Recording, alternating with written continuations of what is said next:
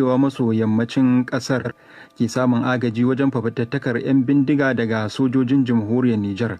Wakilinmu Yusuf Ibrahim Jargaba ya aiko mana da ƙarin bayani a cikin wannan rahoto. Al'ummar yankunan ƙananan hukumomin Zirmi da Jibiya da ke jihohin Katsina da Zamfara sun yi amanna da irin yadda dakarun jamhuriyar Nijar ke tallafa musu wajen dakile hare-haren 'yan bindigar. Da damar su sun bayyana cewar sojojin na jamhuriyar Nijar sun raba musu lambobin waya domin kiran su ko da akwai alamar kai hari.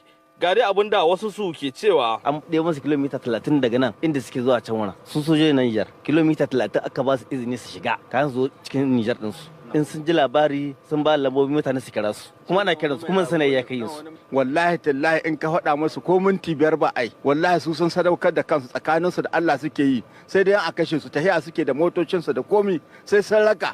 Muna godiya ga sojojin Nijar bisa ga irin kokari da jajircewa ga aikin da suke yi musamman yankin Zurmi local government sun kawo mana gudunmawa ba guda ba. Sakamakon kamarin hare-haren 'yan bindiga a jihar Katsina yasa a cikin makon nan 'yan majalisar dokokin jihar suka yi wani zaman gaugawa. Wannan abin da ake tunani ya wuce nan, kullum sai an kishi da mutum, kullum kudaden nan sun fito. Nan dan majalisar da ke wakiltar karamar hukumar Jibiya ne a majalisar dokokin jihar ta Katsina, Mustapha Yusuf Jibiya, ɗaya daga cikin ƙananan hukumomin da hare-haren 'yan bindiga ya kamari cikin hawaye yana kuka, ke zayyana yadda al'umma ke cikin kakanikayi.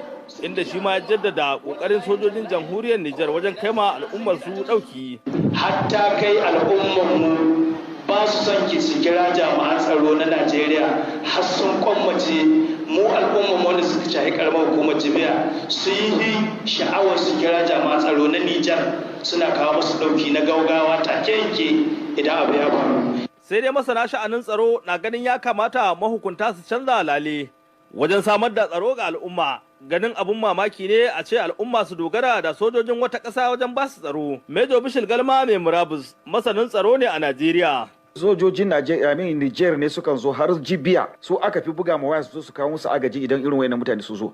Wai yazu billahi me ke faruwa ne? Shi gwamna Masari ai ba zama kawai zai yi ba ya zauna yana lamenting. Tashi zai yi tsaye kawai ya fito in ma ba zai iya zuwa Abuja ba ya conference da shi da shugaban kasa. Ga abin da muke ciki. Yaya za a ce muna da sojoji irin namu na Najeriya wanda yake an san su da hazaka kuma suna yaƙi an sa su a wannan wurin suna operation a ce sai dai mu jira sai sojojin makwauta wannan abun kunya ne gaskiya na Allah da Nabi ya kamata shugaban ƙasa ya tashi ya duba.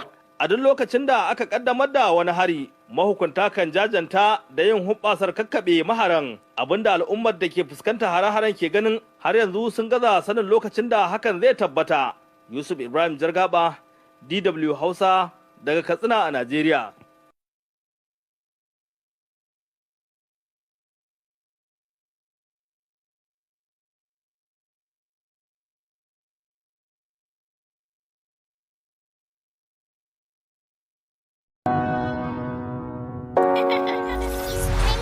It's your mind,